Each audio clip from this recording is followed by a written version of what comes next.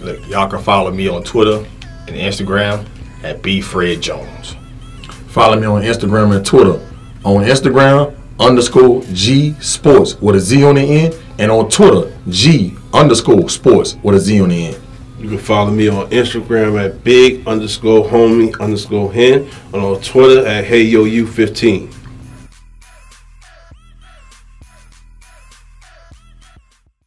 What's up, y'all? I'm Austin Claunch, head coach at Nicholls Basketball, and I'm always watching the FanView podcast.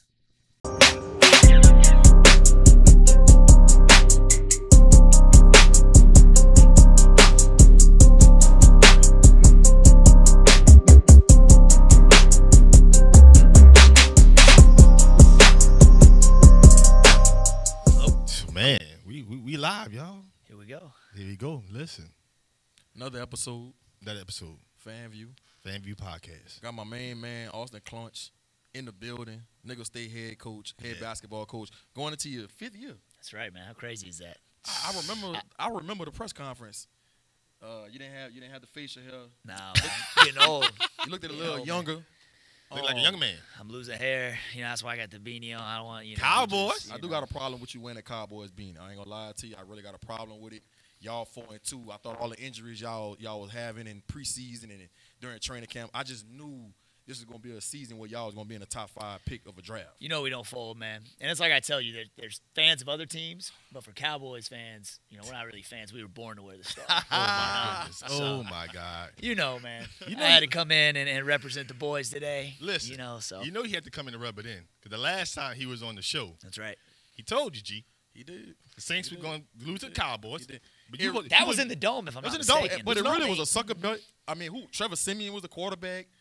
We had no Michael Thomas. We had no Deontay Hardy. We had no Kamara. Well, he sees what we're doing with the backup quarterback. We're not out here making excuses. Ain't no excuse. You know. I'm just saying but I live up to my best. I really went into Walmart to try to get a Cowboy shirt to wear on the show. I couldn't find it. I meant to bring my Urban jersey today. You know? I'm not gonna forget it next time I see you. So we'll get the picture. Look, when I show up to a Nicholls game this year, I will have a Cowboy jersey or some There kind we of go. apparel on. You got to live up to your bets, man. I got to, man. I live up to my bets. I live up to them. Coach, 5th year, man. Fifth Fifth year. year, man. You kind of you almost considered to be a vet in the game, man. Talk about going into your 5th year as Nicholls State head basketball coach last year. Hell of a season, 21 wins. Right. Regular season Southland Conference Championship, man. I remember being in it, in Stouffer. No, not Stouffer. Stouffer. No, I thought they changed the name. In Stouffer Arena against UNO. Electric atmosphere. Man. Ty Gordon put on a show. I thought that was a game that declared him as a Southland Conference player of the year. Player of the year. Yeah. Just talk about, going into this 5th year, man. It's funny, like, after that first year of coaching, like your first year you feel young, you feel like you're new, but then like after that, every year you feel like a vet. You just feel old, and you're trying to ultimately do things to help your program just little by little, get to that next step. In every program, of course, we're at a point now where we're sort of trying to figure out how to finish that last hurdle. We've won the regular season title now twice, and trying to complete the mission, at the conference tournament. Win the Southland tournament. Win the Southland tournament and go to the NCAA tournament ultimately. NIT was a great experience last year. With that being said, I mean, obviously we want to make the NCAA tournament. Doesn't take away from the regular season title and then getting to go to the NIT and first time in school history. Right. And then with this group coming back, it's funny, like we were just talking about. We lose 3 incredibly important pieces, but it's the most. It's actually, since I've been a head coach, the most returning players I've ever had. And so we do have a core of guys now that are stepping into a lot of new roles, and oftentimes that can take even more time than when you have a brand new team. Just asserting new roles, understanding what we need them to do. It's not like last year. Not just from a personnel standpoint, but I think we're going to play a little bit differently. I think our style and our identity won't quite be the same. And Still gonna play fast, huh? Yeah, I mean, I think that's just part of who I am. Yeah. It's even in I find myself in games sometimes just even just under my breath, we're out here playing and I hear myself just say, "Shoot it," Right.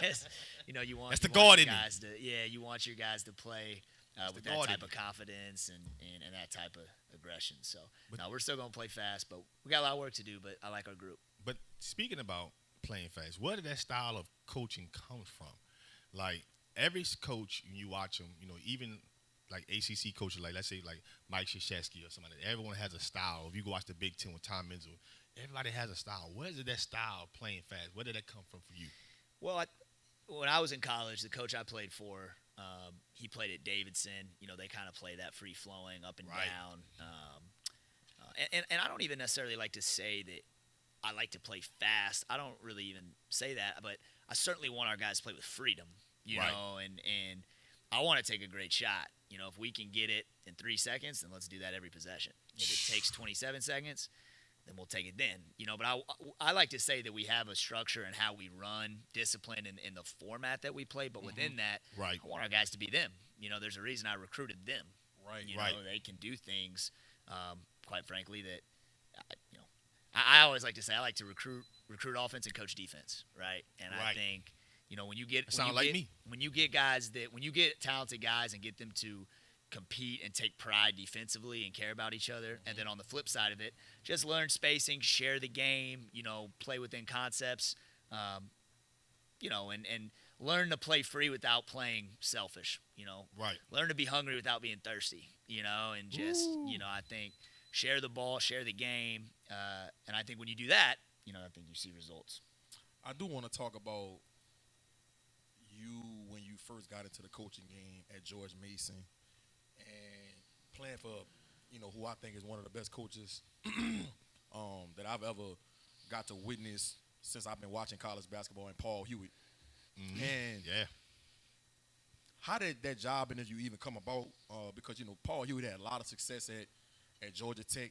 I know his first 2 years at George Mason was successful.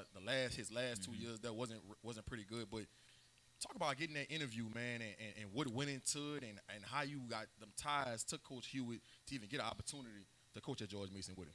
Just like so many things in life, man, it was lucky to start. My final year at Emory University, where I played in Atlanta, we had a guy, volunteer assistant with us, and he had worked with Coach Hewitt at Georgia Tech. Right. He actually had been asked by Coach Hewitt to go to George Mason with him. His wife happened to have just a great job in Atlanta, and so they were going to stay in Atlanta, and he wanted to stay around the game. So while he took on, some other another job, he still wanted to stay around the game. So he ended up, sort of just helping with the Emory program. Right. I get to know him through that. He knows I want to coach. When the season, got done, he basically sort of just formed that introduction. Hey, Coach Hewitt needs kind of an entry-level guy. I think you'd be great for him. And he sort of just set up the entire thing. We ended up doing an interview in Atlanta. Coach Hewitt at the time, I think they still have a house in Atlanta. Coach Hewitt's living good now. He's got a couple of houses, different places, But so I think, we met at a hotel there and just So you went into this interview like blind, not even having a conversation with him in person before? Never. Wow. Never met him. Wow. And I remember, I'm a student of the game, right? So, this guy's like a celebrity to me. Yeah, man. I'm about to say. Chris Bosh. So Derek Feed. No, the list goes on. People don't realize, coach some dudes. No, he coached some dudes. Jordan Morrow. Anthony Morrow. Anthony Morrow. No, he's got Mario West. Javarius Critton and Jared Jack. Will Bynum. The list goes on. I forgot about Will Bynum. People forget he coached some dudes. People forget how many professionals he's coached. I really was surprised. I think he got to one Final Four with Jared Jack. They lost in the championship to UConn. The year after with Jared Jack. Yeah. They lost in the championship to UConn. Yeah. And really, I think they might have been like a 7th seed or something like that. They were 3. 3 seed? Yeah. Gotcha. But that's anyway, the amount of guys he coached. Yeah. A testament. Yeah. Yeah. And he but anyway, did an interview with him. I remember being so nervous, and then he walks in, and I'm a shorter D3 point guard, and here comes this dude. He's every bit of 6'6", and I'm like, dang man, he doesn't look that tall on TV. Tall man, 6'6". Tall, yeah man, tall, and he's just but he's Coach Hewitt, man, is just the salt of the earth. And I know it's kind of cliche to say it, but incredible coach, even better person. Taught me so much, not just about the X's and O's and recruiting, he's incredible at that, but also just professionalism, handling your business, being an adult, what it takes, right, to be successful in this profession. And not just like when things are good. We had a good year, but, we had some downs as well that year, George Mason, some games that we felt we should have won that we lost. So you got there his last 2 years? So I was there. We were still in the CAA. Gotcha. And so we were 22. I was only there 1 year. We were 22-16. We lost in the championship of the CBI. Gotcha. Okay. And then when I left, that's when they made the jump to the A10. Different. And St. Joseph. Yeah, oh man, like VCU. That's when Dayton still was in a. Everybody, Dayton, VCU, St. Bonnie, St. Louis. I mean, just Rhode Island. At that time, one of the best. I mean, still one of the best, but at that time, probably the best mid. I mean, they were getting 3 or 4 teams in the NCAA tournament. VC was always getting it. Yeah, so what was your role that 1 year at George Mason? Like, that's your first time getting into college coaching. Right. Like, what was your role? Man, and we didn't have a huge staff. It wasn't like when I was at Clemson. I was really the only support staff guy. We had a really active student manager who was kind of my sidekick, and we had. I did everything. I helped with scouts. I helped on the floor. I helped with, whatever. How old were you at this time? 22. I got the job at 22, and I turned 23 during the season. So you really was able to relate to a lot of the players on the team and things of that nature. Yeah, I think, that was a big part of it, too. I think just being fresh out of school and, the same era as them. I was still that, cocky little player that thought I could play with these dudes. And, probably used to play pickup with them. Of course, I play pickup with our guys now. You still do? Yeah. Wow. Man, Coach DeLue said he used to be the best on the staff when he was there. Nicholls. That's probably up for debate. But we've had some players now. We've had some coaches that can play. But I think just being around the guys and I felt that I was able to develop relationships where I could, not at first, but then you get to a point where even as a GA, like, hey man, you can get on them. Hey man, you're really BSing. You're not doing the work. You're not doing the work. At times, because how it is as a player, like coach is on me. Coach, coach is wrong. Coach don't see. And sometimes, I was kind of that middle point, right? Where, hey man, I see what you're saying, but you got to see what he's saying. You got to understand this is his job. It's his job. And this is how he feeds Miss Dawn and their 3 daughters. Correct. And he has a job to do. Yeah. And how did you propel that into getting to Clemson? Clemson thing was interesting, man, and I think in this profession, I tell people all the time, it's never where you think, when you have this vision where you're going to coach, where you're going to end up, right? And it can just be so random. The year before, I actually met Coach Brownell at Emory. He came because he knew my college coach. Right. That was like 2 years before when I was a junior. Relationships. And I had applied for a GA position that first year out of college. They didn't have an opening. Gotcha. Right. So why Clemson? Just a bunch of spots. I mean, I applied everywhere. Oh, okay, got it. And people that I had any sort of connection to. Anybody you and I met. wanted to be at that level. I wanted to get a taste of that level. And so they didn't have anything. And then the following year, I knew of some spots that were open. I was working camps, emailing, right, interviewing. I was close on some things that just fell through. And this is late. I mean, this is probably July. And a friend of mine called and said, hey, man, I think Clemson just had a GA spot open. Really? And so sure enough, I called. They kind of needed it. They said, hey, man. South Carolina.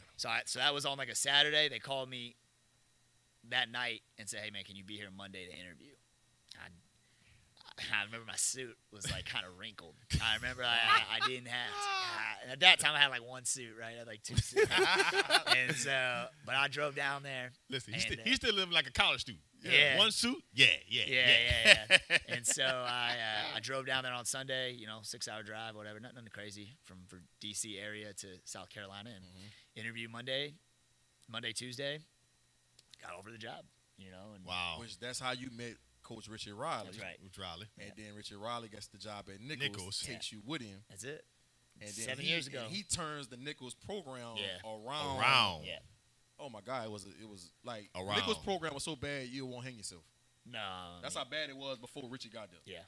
It was that bad. I'm from Houston, so I've been around the Southland my whole life. Right. I know Nicholls. I know the league. Right. I know all these schools. McNeese. So Yeah, no, I know all these schools in Texas, Louisiana. I know this.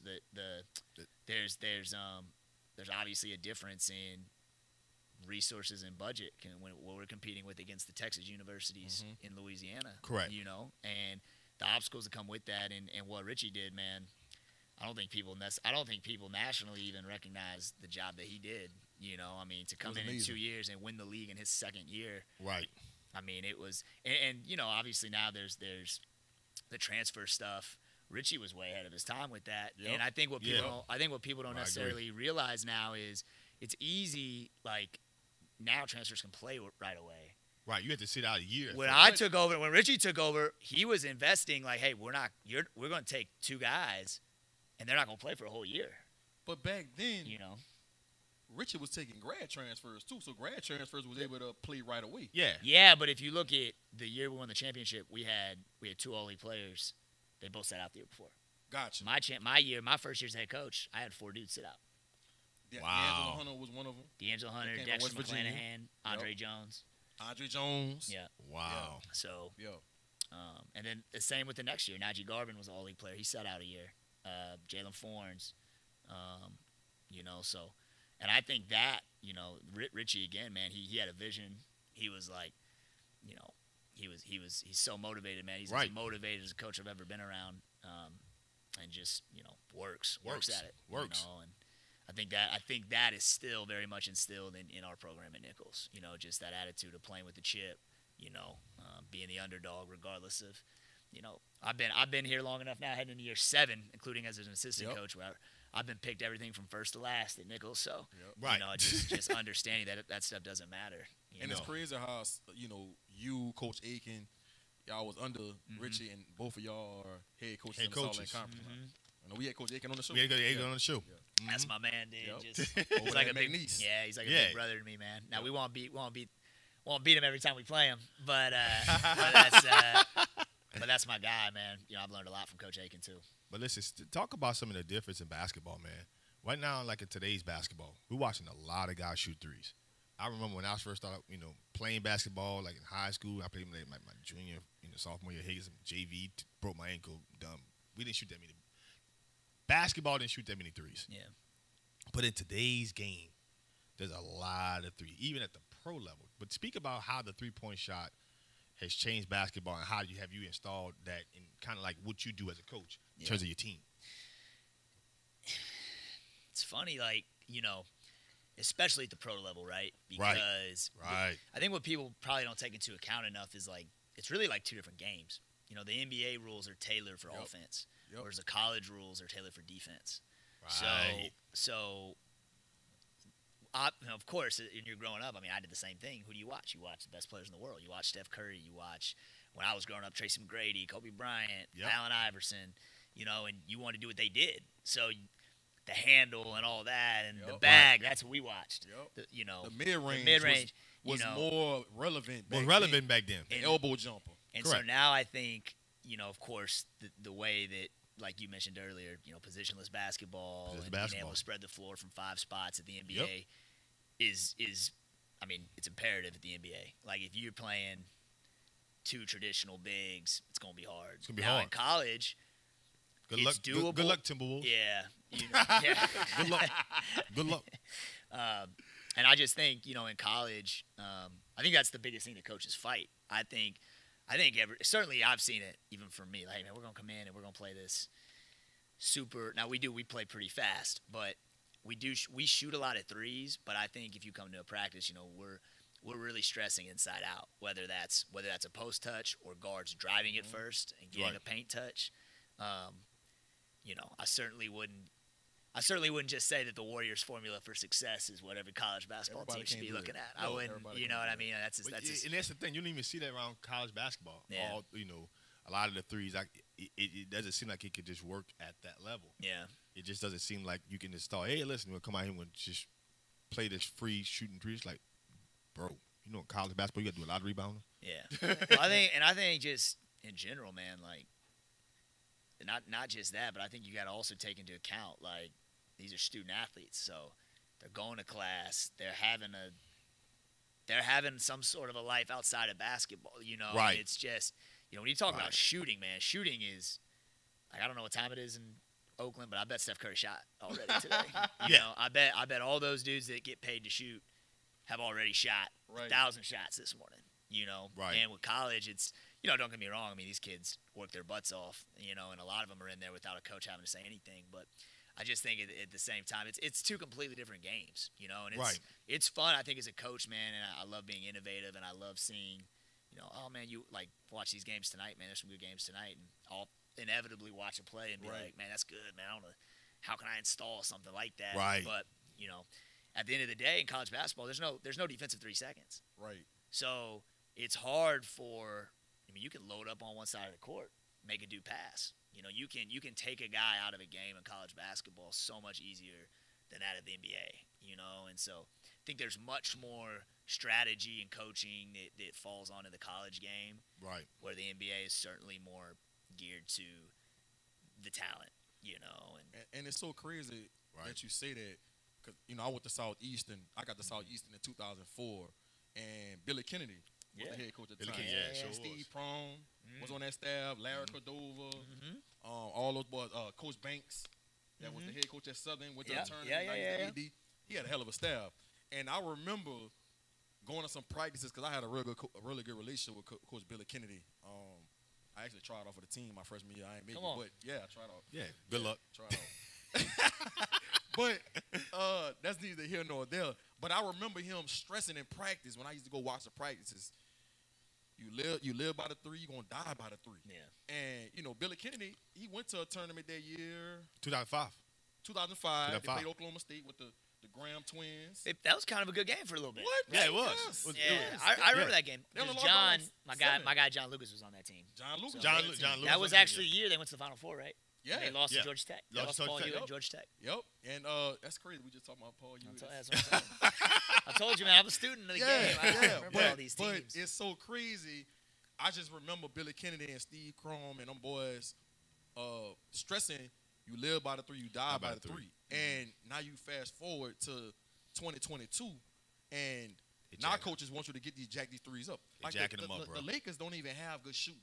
And they shot 41 threes last night. Westbrook should have shot none, but continue. 41 threes, bro. So that just go to show you, to your point and your point, that the game has changed so much. And I mean, Utah shot 45. But it's funny because I actually think if you look at the real, and I don't want to say analytics, I don't think that's the right word, but I think if you look at all these teams that you think shoot threes really well in college basketball, like if you like look at Kansas, I think they shot a decent amount of threes last year. Right. I think you'd be surprised at actually the percentage of, not just the percentage of twos that they shot, but I bet they shoot a really high 2-point percentage. And I think the Warriors are the same way. Like, they don't get enough credit for their defense. They don't get enough credit for the amount of, like, their 2-point percentage offense. Right. And I think those things go into being a team that can shoot more threes. And actually, I know we're about to talk about the Pelicans at some point, but I think they shot, I looked at it last night, I think they shot 76 twos and 26 threes.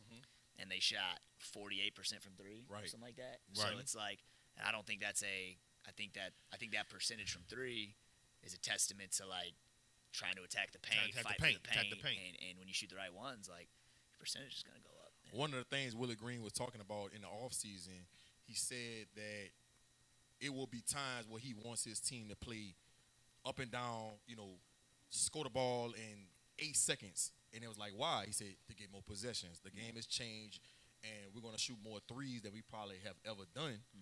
And we're going to sprinkle some twos in too. But when you play up and down and play fast, you get more possessions. So all the threes that they're shooting, it kind of gets negated because you're getting extra possessions. You know what I mean? Correct. So it's a way to kind of manipulate this, in a sense. When you talk about how many threes people shooting now, and people like Willie Green and these good coaches in the NBA that's coming up, they're figuring a way that, okay, we got to evolve with the times, but we still got to do it in a way where we still get high percent of shots, like the 2-point shots, like you just was talking about. Yeah. You know what I mean? Yeah. It's like I said, it's exploded since 2000. If you go look at the stats prior to 2000, I think back in '99 and down, the average team in the NBA, there's only 2 teams that shot 23 a game. 2. They all shoot over 26 now. It's amazing to watch. Like, if you go watch a game from, I'm not trying to start a war with the 80s or 90s guys, but, like, if you just go watch a game, like, a lot of times the point guards are just dribbling into 20 feet before they're even picked up by a defender. I mean, Right. you watch a game and they're just like they dribble into like 20 feet and pick the ball over their head and are able and now, not just the shooting but the defense. Like Patrick Beverly's picking you up at 60 feet, and making you work, and you're not just getting catches. And I think that the game, certainly when you talk about the hard fouls at the rim of the 90s, like that was super physical. But I think if you're actually watching the gameplay and watching how guys are held on screens now, I think the gameplay actually today is more physical than it's ever been because these dudes are just they grab, they hold on screens. And certainly really again at the rim, like that, 'cause everybody want to talk about a hand check. Well, I think, I think obviously there's more fouls now that are called flagrants that would have just been regular fouls back then. Correct. I think that's obvious. But I think when you're actually looking at the game and you look at the way, man, the way these dudes screen, like they don't call moving screens in the NBA. And how these dudes hold Steph. I mean, it is a physical game, man. Yeah, physical. Yeah. I do have a two-part question for you. I kind of compare you and Coach Richard Riley, just watching what he did at Nicholls, to John Calipari. And I'll tell you why. Because Calipari basically has a new team every year. Right. Basically.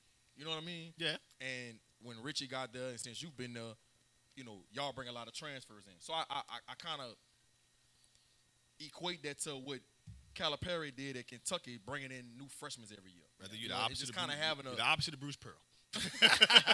Kind of having a new team in a sense, and you've been very successful doing that. You and Coach Richard Riley when he was the head coach at Nicholls. What has been the formula for that to be able to get these guys the mesh that's coming from some of them coming from bad programs, some of them coming from good programs? How have you been able to get those guys the mesh and equate it into winning and being able to win the Southland Conference? And my second part question is, how would you have handled the situation with Jordan Poole and Draymond Green? So, well, with the I had to come with this. With the first part, I think one thing it's, when you talk about a formula, I think what I would tell young coaches is first and foremost, like, you got to be you. I've always been a guy, I grew up around the game. If you guys, I know you guys know my story. Like, I lived internationally. I lived in all these different types of places. So I've always just been a guy that made new friends, picked up quick with people, great relationships, like love just like building bonds with people. Right. Like I love that. That's part of like why I do what I do, and that's why I like to get out and play pickup with our dudes or mess around, and to me, if you want to coach guys hard and get guys to buy in, you've got to truly develop a relationship. It can't just be, and I think that's the problem. The problem is there's a stigma around transfers that it's very transactional. Correct. And it doesn't have to be that way. Right. You don't have to be that way. And I so agree. now again, if I enjoy I think I can get a guy and within a month or two help him see the vision of what we have and how he can grow as a person and a player, win, and how that's going to improve and what he's going to have, a lifelong bond and win, and and how that's going to happen. I agree. But if that's not your thing as a coach, then you shouldn't do it. You shouldn't do it. You shouldn't do it. You should recruit differently. Right. And it's not about right or wrong. At the end of the day, I mean, we have a job to do. We have to win games. We have to help our guys graduate. We have to, and for me, it's important that they're getting.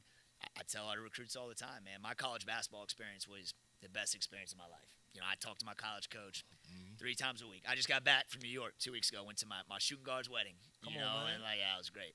And I want our guys to have that experience. And you build those relationships. Those relationships that stick for the rest of your life. They just don't disappear. I think we're gonna win games. I think we're gonna win more championships. But if you don't value the other side of it, then it's not gonna be everything you want here at Nicholls. And so you make it sound so easy. I mean, I love it. I just, that's not easy. Bringing in a kid that's been at Troy State for 3 years, getting his head beat in. And to bring him into your culture where y'all do things differently, practice hard, and it's a high-intensity practice. Fred, listen, high intensity. You think he's a maniac. I'm telling you. To get him to come in and buy in the first year and still be able to equate that to winning. That's not easy. Yeah, I just think, but I think one thing I think we don't give kids enough credit for is like they can see what's real, they can see what's authentic, you Right. know? And like Give a discernment.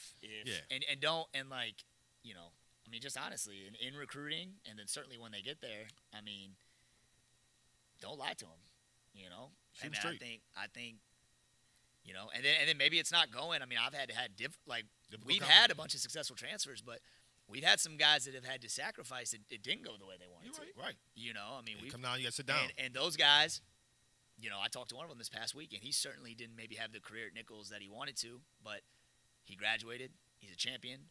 He's still kind of grinding, trying to work his way through, maybe potentially playing somewhere.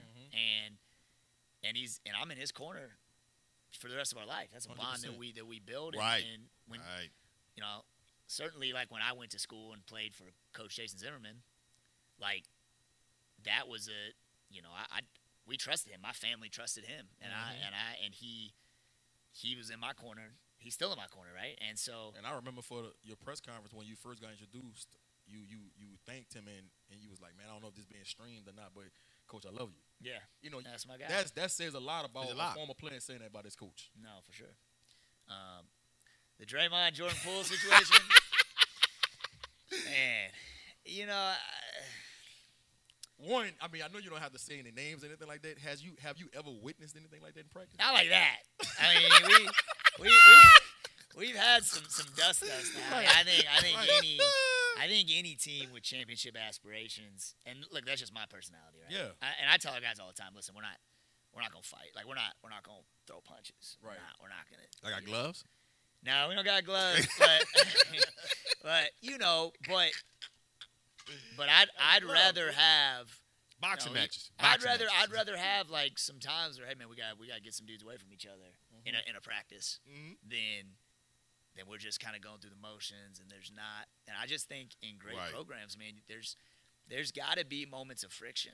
Yeah. You know. Now again, that particular situation where I'm not there. But they're talking about money. There's off the court stuff. That's a whole different deal. Right, but in terms of our team, like again, we're not gonna punch each other. Like we're not gonna do that. Like obviously something would have to. There'd have to be some sort of reprimand. Right. But you know, it's at the end of the world that guys are fighting. You know, if it's within the lines of like competition, no, that's not the end of the world to me. Now if there's stuff going on outside the locker room and there's issues, you know, man to man, and you guys sit down and obviously figure that out, because that can come between the mission between the lines. Between the but if there's the team. you know, heck, we got practice at 2:00. Who knows what'll happen today? You know, right? You know, we're gonna get out here and compete, and it's like, you know, we talked about with, you know, some of the guys that we talked about on our team earlier. Man, I want to see a little bit more of that fire. I want to see that dog. I want to, you know, and part of a coach is, you know, if you want guys to play with that passion every single day, then sometimes you're gonna have to deal with situations, you know, similar to that. Maybe not a guy getting cold clocked, you know, a guy getting dropped. Matt Barnes, you know, and a lot of different NBA players came out and talked about this, but particularly Matt Barnes said that when he was at UCLA and in the NBA, he said that was the norm. He said it might not have been to the extent of how Draymond Green did it, but he said that was the norm. And he said the only difference is it never got out. It never got out. Kendrick Perkins talked about it. A lot of, like, Stephen A. came out and said that he has witnessed things like that happening from talking to different former players and players that's in the league currently. Yeah. So, I mean, I know I went through it in high school, and that's at the high school level. So I can only imagine at the college and the pro level. It's that level of competition. But it sounded like from the way it looked like something that was outside of. No, it looked like he was holding on to that. Like he had that punch loaded up. Like he had been saving that. I'm just amazed that Jordan Poole, they showed him like 30 minutes after it happened. He's getting shots up. Yeah. He has no marks on his face. Yeah. Like, did Draymond Green just hit him in his, like, the top of his head? Like, what? Yeah, it's hard. I guess it's hard to see where. Listen, I'm surprised that he's getting them shots 30 minutes later. 30 minutes later. I'm in my feelings. Yeah, I mean, I get you. Look, he just got, 140 M? Yeah. He's not thinking about anything. I'd have been mad, but he knew they was in contract negotiations. Of course. He knew that. I'm going to keep my cool. It's funny, I think. Contract signed. Yeah, right. Yeah.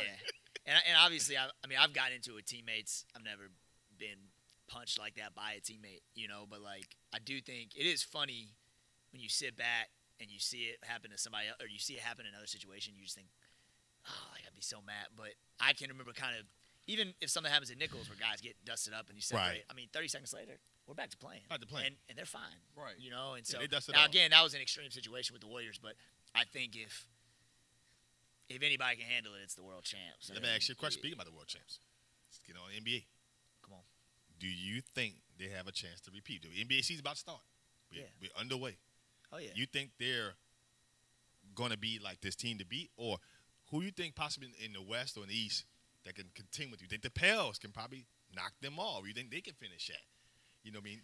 Yeah. Golden State has been highlighted because not just, you know, with Steph and Clay and the Splash Brothers, but they've been advertised as having a lot of young depth on that team behind the starters. Yeah. Where do you think they can end up at? Where do you think the Pels can be? Can the Pels, you know, end up, you know, maybe He don't care about the Pels. I like the Pels. He's a Rockets fan like me. I'm a Rockets fan. I root for the Pels. I'm a Rockets fan. I'm diehard Rockets. Right, we know the Rockets ain't going to end up in this. We're in a different process right now. Yeah. We're in a different process. Playing cool games, with it. playing game talks. I'm cool with the journey. Maybe. I'd love to make the playing game. Playing game? I'd love to make the playing game. I love what the might NBA. go. I love what the NBA did with the playing game. To me, it looks like that stepping stone that you hit. Look, if you could win like that 9th or 10th game and you get in here, it looks like you're building towards something. I love that idea of that playing game. Yeah. So that's where y'all at right now. Yeah, I mean that's what we're working for. We got a vision though. You know, the Pels. I think they're going to be right there for a 4 or 5 seed. I mean, I think the goal for the Pels should probably be to try to get a home playoff series, right? I mean, I think that's what they should try to do. As a fan of the Pels, that's what I hope for too. Yeah. I just hope that, you know, a lot of fans, you know, you know, we got Zion back, B.I.'s there, McCollum is there. I think they kind of had their nucleus together. A lot of expectations are going to come. B.I. was the best player on the floor last night. I told over him KD? this. We had an argument. Last night. He's coming, man. Me and him had an argument about 2 months ago if the Pelicans want to reach the promised land, which is the NBA Finals. He thinks that Zion has to be their best player. I said, no, B.I. has to be their best player because he can score at all 3 levels. I mean, I would say they have to have B.I., but I would never – like, I think Zion – it's kind of like, to me, like the Giannis Middleton thing, right? Like, Middleton's not better than Giannis, but they got to have Middleton too. Correct. Right? Like, I think that's a bad comparison. I'm not saying, like, what I'm saying is I think Zion is more valuable overall than Brandon Ingram. But they're not – yes. I mean, what were they last year without Zion? They were like, what? They got the playing game? Or they were 7 or 8? Yeah. Playing game. They actually with the – But so if B.I. didn't play and they had Zion – this year? Full year? No, last year. But what about this year without B.I. and they had Zion? You think they wouldn't be – you think they'd – Well, I think they're still a top 6 seed. I do too. I think they're the top 6 seed. I don't know. It's just I'm just big on guys that – because – I don't know about better. Maybe that's not the right word. In the playoffs, you know how I get – man, them dudes going to load up. That's what I'm saying. And you need somebody that can score, that elbow jumper, knock down the 3. You know, be dynamic in that kind of way. I just don't see Zion. I agree with that. That's what I'm saying. Yeah. And I think it's why. I mean, to me, it's why the Bucks didn't win the championship because Chris Middleton didn't. Play. So that's what I'm saying. Like, but Giannis is obviously their best player. Yeah. But they still got to have Chris Middleton. Like, I think Zion. He's not obviously Giannis and Middleton. There's more of a gap. Yeah. Than between Zion and B.I. But I guess my point is, like, when it comes to your point, playoff basketball. They're going to need B.I. because of his ability to score. He ability to score basically anywhere on that floor. It doesn't matter. Right. I think he's becoming the player that, in terms of you can't stop him from getting to his spot now. Right. He's getting to that point where, if it comes to on his basketball floor, getting to my spot, you can't stop me. And I think he's reaching the point where it doesn't matter who's guarding him. Right. He don't care if whatever brand recognition you are. He don't care. He's like, I'm gonna get to my spot. There's nothing you can really do about this. It's either I miss or it's buckets. Yeah. And I think he's reached that level of confidence, and I think he's played enough games to where he feel like he's that dude. Yeah. And I don't want to take nothing from B. I think he's evolving into being the all-star caliber player. He was all-star last year. Yeah. He's all-star caliber. Just saying. He's going to be a consistent all-star. Yeah. But what's going to propel the Pelicans. Like, he wrong for how his hell was on opening night. He bad. He Come on, man. It's opening night. Get the braids, Come on, man. bro. Go ahead. Get the braids. Get the braids, man. I mean, whatever he's got to do what he did. You know what I mean? But Yeah, but get the braids, man. Get the 2 plats and call it a day. Yeah. Coach, man, I know you got to get to practice for 2 o'clock. I'm good, man. I got a couple more minutes. Yeah, man. I can't wait. I can't wait to see you guys play this year Opening night when they open up against Arizona, baby. November Arizona. 7th, Yeah, out there in Tucson. It's gonna be fun, man. Yeah. They. What's up with Nicholls getting like top 25? But see, I'm gonna tell you Opening something. nights. I'm gonna tell you We got something. 3 of them now. Yeah, I'm gonna tell you something. Houston last year. I'm gonna tell you something. He lives for these moments. Yeah, he lives for seeing what his team match up. Yeah. Living for the upset. I remember when y'all beat Pittsburgh that year with That's right. Capel. Was the coach? Yeah. I remember The game before that, we had lost Illinois in overtime. Overtime. And I think, I mean, it's fun. I mean, it's one of those things where obviously, I mean, of course, like the biggest part behind it is, of course, we're raising money for our athletic, department. Correct. And for what trying to help our university as a whole. Yep. Correct. This year we're raising over $500K, for the university, and that's a big part of it. That goes a long way for everybody in Thibodaux, and then of course, I want to have guys that want to play in those games. I mean, that goes without saying. And then even for me, I mean, like I said, I'm a student of the game. I mean, basketball is my love. It's my first love, and I mean, sometimes I even just we're standing up there against Wisconsin. It's like, man, we're in the Nicholls Center. This is a legendary venue, Pitt. Correct. And this year, Arizona, like it's gonna be an incredible experience. Not just y'all played Purdue. Y'all played Purdue last year. Yeah, Jay Ivey. We played well that game too. I was proud of our guys that game. We actually had a 3 to cut it to single digits with about 8 minutes left. They ended up stretching it again, but yeah, Jay Ivey. That was probably the best venue I've ever coached. And y'all played Villanova when Richard was there. Y'all played Villanova when they won the championship that year. They had all them dudes, man. Brunson, DiVincenzo, Phil Booth, Spellman, Bridges. Yep. Mikhail, Bridges. Yep. Mikhail. Jermaine Samuels just graduated. Was a point guard. Gillespie was a freshman. Mm-hmm. So they were unbelievable. And I think that, like I tell kids all the time in high school, right? Everybody wants to go high major. That's just what it is. That's what it is. And I tell kids, I'm like, if you can't go high major and you have to go to a Southland Conference or a Sun Belt, you're still going to get opportunities to play against these high majors. Like, y'all played Baylor. Yeah, we got Baylor, Texas Tech this year. Texas, I played Texas Tech too. State. But y'all played Baylor last year too. Yeah, we played. Yeah. You know what I'm saying? And so my point is, you're going to have, if you think you're like that, if you think you are high major, right, you're going to have opportunity to play against these high majors. It's not so much like in football, where you might play one high major school in non-conference. Yeah. In basketball, you might get 6, 5, 7. It happens. Yeah. And because there's more games to be played. Yeah. So the scheduling could work out in their favor. And so it's not an excuse to say, oh, I have to go high major to be looked at. You're going to get opportunities. You're going to get opportunities. You know what I mean? I think that's a recruiting tool as well. I mean, at the end of the day, we know what we got to do. We got to win the conference regular season and the conference tournament, right? Correct. The overall record doesn't really matter. I mean, and of course, we're trying to go 30-0, right? But you're also trying to, like you just said, man, you're trying to give kids exposure. Correct. We got guys that,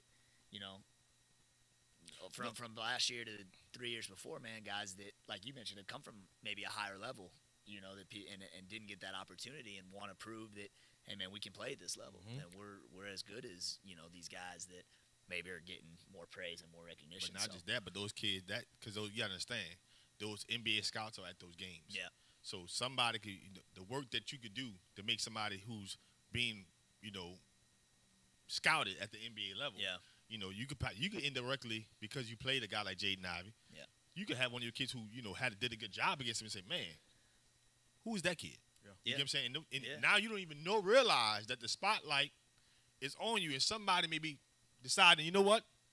Let me see what's going on over there. Yeah. Right. You know what I mean? And then you look at the team record and you see what's going on. You see how that kid keep progressing. And all of a sudden, it sounds crazy, but you may end up in the G League. You may not get drafted, but listen, now you're playing basketball. It's all about opportunity. Yeah, you get an opportunity to possibly get there, and you say, damn, how I got here? It's all about opportunity. Opportunities. Ty got invited to the Portsmouth Invitational last year, which is, it's like 55 or 60 something. It's invite only for seniors, like every senior across the country. and he was one of the only mid-major guys to get an invite. And I think it's great that he was Player of the Year in the Southland, but I think a big part of the reason he got the invite was because he had 29 at Purdue. You know, he had 26, and we almost beat Wisconsin. You know, he had 21, and we beat the Missouri Valley champs. You know, and so I think, like you're saying, man, it's a big part of it. It's a big part of it. Man, I remember you probably don't remember this, but I remember the first time me and you really had a conversation is when Bonneville and Temple High played in the playoffs. You and Coach Aiken was there. That's right. Packed house. Packed. And I remember, like, I was covering the game, and I was, like, talking to you guys, like, throughout the whole game. I think that's when me and you really kind of, okay, man, like, yeah, Claunch cool dude. You know what I mean? You know what I'm saying? Like, right. And, man, I just foresee nothing but good things happening for you going forward. Innovative, man, passionate, care about them kids. And, man, I'm rooting for you. I can't wait to see what you guys do this year, man, your 5th season. I appreciate you, man. And seriously, no, I do remember that. And I think a big part of why I've been so lucky here is I do think it's been just a perfect match of, like, my energy with just the culture and community in South Louisiana. You know, and it's hard to explain. You know, you try to explain to people, you know, and again, it sounds cliche. I feel like Clemson, when I was there for 3 years, is a very special place. You know, you got to kind of be there to understand it. I think South Louisiana is very much the same way, man. And it's just there's an attitude and a spirit down here that, you know, when you got to be here to understand. You get players here that, like, fall in love with it and they don't leave. I mean, you get somebody like Tavon Sadler here from Baltimore, Maryland. He gets down here and he's like, "Where the hell am I at?" You know, and then he doesn't ever want to leave. He wants to coach here, and that's just one example. And I think we have a lot of guys, man, and just, you know, I'm a kid from Texas that had never really had any experience in Louisiana, and I don't ever want to leave. You know, and so just, even one of your coaches, Coach Joy, went to Cal Fullerton. Yeah, that's right. And this is in California, bro. Right. He's like, man, I couldn't wait. I gotta get back to Thibodeau, man. Bro, you was in Cali, bro. Yeah. You love Cali to come back to Thibodeau, Louisiana, bro. Like, and that just go to show you. You know what I'm saying? Listen, so that just go to show you. I'm always gonna be occasion. Tri-parish effect. Yeah, come back to the tri-parish. You know that. I'm always gonna be occasion, but I'm never gonna put a Saints beat on. I'm never gonna do that. Hey, look, we gonna sign out on that note. Oh Lord. Who that? Listen. Yo, Cowboys, baby. Listen. Austin. Listen, I hope y'all win the NFC East. I hope y'all do. Come on, man. I do. Come on, man. First of all, let's get it clear. Well, don't be a hater. You know what I mean? I'd root for the Saints. No, you wouldn't. Yeah. No, you wouldn't, man. I would. That dude lying, man. Listen, my original prediction was they had the best offense. They had the most yards. They had the number one offense last year. They had the most yards. I was like, listen, I told y'all, Cowboys going to win the division. So don't show. Okay. You know, before we go, are the Saints going to win tonight? Now you don't want to talk about football anymore. Now you don't want to talk about football anymore. We decimated by injuries. You gonna hear this? I'm not confident about tonight. DeAndre Hopkins coming back. Listen, D-Hop is coming back. Here's the deal. I just don't know. Between the Cardinals or the Saints, whichever team loses, because they're both 2-4. Yeah, you're done. They're done. You're done. You're done. The season's over. They got problems in Arizona. Clisbury, his guy, Kyler Murray. They got disarray going on. Hop coming back. You lose Hollywood Brown. A lot of disarray. You trade for Robbie Anderson over there. Who just curses position coaches all But over. let him have it all on TV. Yeah. It's disarray down in Arizona. We'll see. Over here, we can't keep a guy healthy. I had an old, I'm not going to tell you who, but I had an old coach that used to say, don't ever underestimate how messed up the other team is. You know? I'm taking the Saints tonight. 24-20. Mark this down. Write this down. Right. 24-20. Let's save the season tonight. Saints tonight. Let's save the season tonight. And that's how we're going to end episode 4 of Fan View.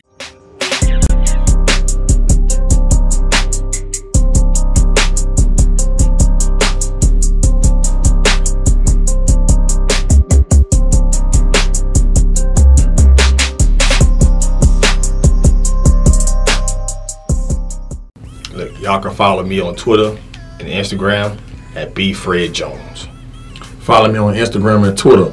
On Instagram, _G-Sportz with a Z on the end. And on Twitter, G_Sports with a Z on the end. You can follow me on Instagram at big_homie_hen and on Twitter at HeyYoU15.